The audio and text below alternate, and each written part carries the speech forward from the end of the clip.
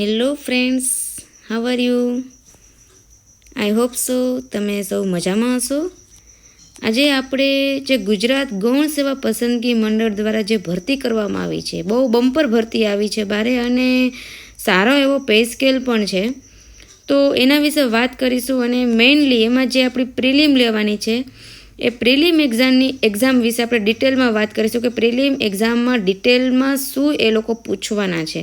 Right, generally એ લોકોએ કીધું હતું કે ગુજરાતી છે, લાઈક ઇંગ્લિશ છે, રિઝનિંગ છે, બટ ડિટેલમાં કયા ચેપ્ટર્સ પૂછાવાના છે આપણે એના વિશે વાત કરીશું. તો સૌથી પહેલાં એ જાણી લઈએ કે ગુજરાત ગૌણ સેવા પસંદગી મંડળ દ્વારા જે ગ્રુપ એ અને ગ્રુપ બીની જે કમ્બાઇન એક્ઝામ છે, ગ્રુપ એ અને બીની પહેલાં કમ્બાઇન એક્ઝામ છે, અને એ પણ કોમ્પ્યુટર બેઝડ એક્ઝામ રહેશે આપણી. જે કોમ્પ્યુટર બેઝડ એક્ઝામમાં આપણે જે પ્રિલિમમાં શું સિલેબસ છે એ આપણે જોઈ લઈએ.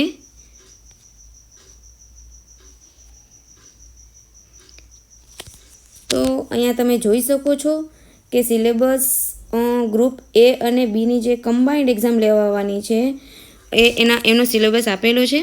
ટોટલ ક્વેશ્ચન્સ 100 રહેશે. ટોટલ 100 ક્વેશ્ચન્સના 100 માર્ક્સ છે. ઓપ્શન્સ તમને ત્યાં 4 આપવામાં આવશે, એ બી સી ડી.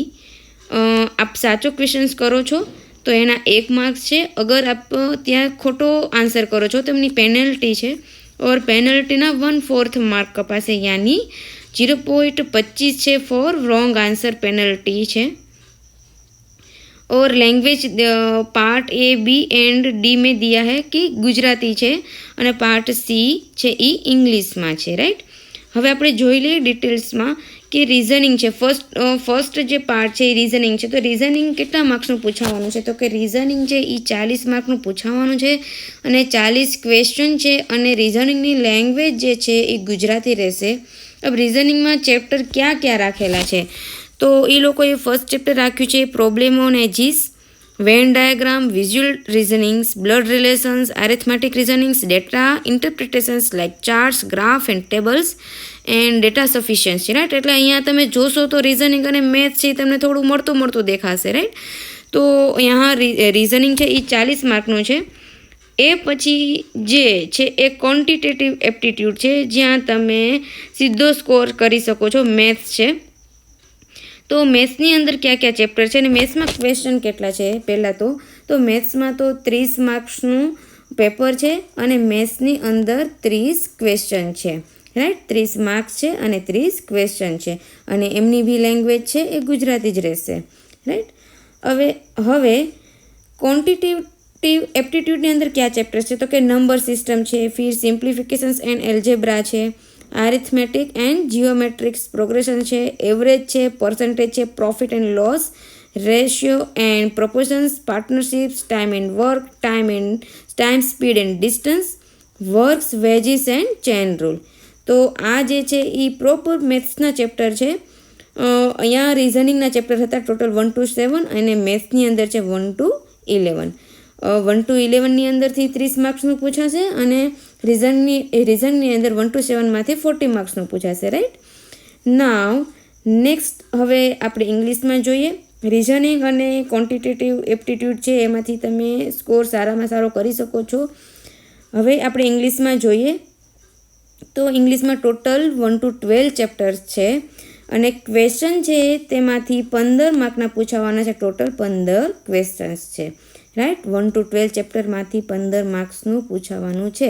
ઓકે, તો એમાં શું પૂછાઈ શકે છે? તો કે ભાઈ ટેન્સીસ છે, વોઇસ છે, નરેશન્સ છે, direct indirect, use of article and determiners, adverbs છે, ફિર નાઉન છે, pronoun, verbs, use of prepositions, use of phrasal verbs, ફિર transformations of sentence, one word substitutions છે, સિનોનિમ્સ એન્ટોનિમ્સ છે, કોમ્પેરિઝન્સ છે, જે બેઝિક આપણે આવતું હોય છે 10th 12thમાં, એ જ બધી વસ્તુ આપેલી છે અહીંયા પર ટોપિકમાં બી.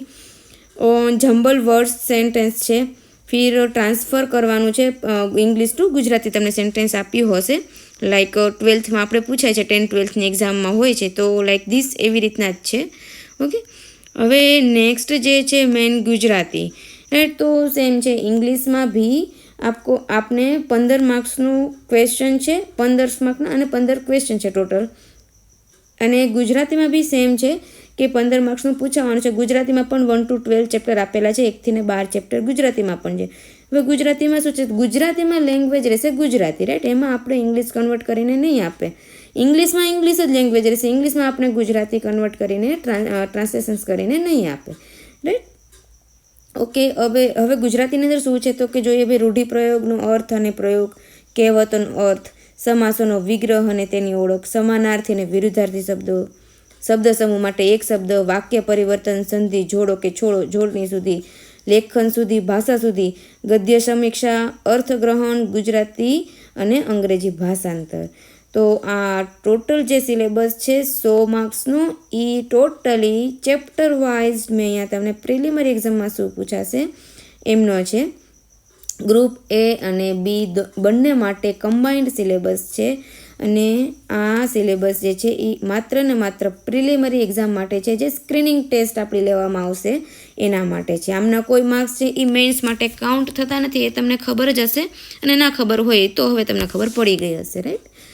સો હવે આમનો જે ડિટેલ સિલેબસ છે એ એડવર્ટાઇઝમાં છે જ, અને નહીં હોય તો પણ હું નેક્સ્ટ વિડીયોમાં તમને આમાં બતાવીશ, રાઈટ. સો જે કંઈ આ જે સિલેબસ છે એ માત્ર ને માત્ર GSSSBની જે અત્યારની કરંટ વેકેન્સી આવે છે 2023-24 કોમ્પિટિટિવ એક્ઝામ છે, જે ગ્રુપ એ અને બીની કમ્બાઇન્ડ એક્ઝામ છે એના માટે જ આ એક્ઝામનો સિલેબસ છે. માત્ર ને માત્ર પ્રિલિમરી એક્ઝામ માટેનો આ સિલેબસ છે. મેઇન એક્ઝામ માટેનો સિલેબસ છે એ થોડો ચેન્જ છે. જો તમારી પાસે નહીં હોય તો હું નેક્સ્ટ વિડીયોમાં આમાં એક્સપ્લેન કરી દઈશ, બરાબર છે. Okay, so thank you.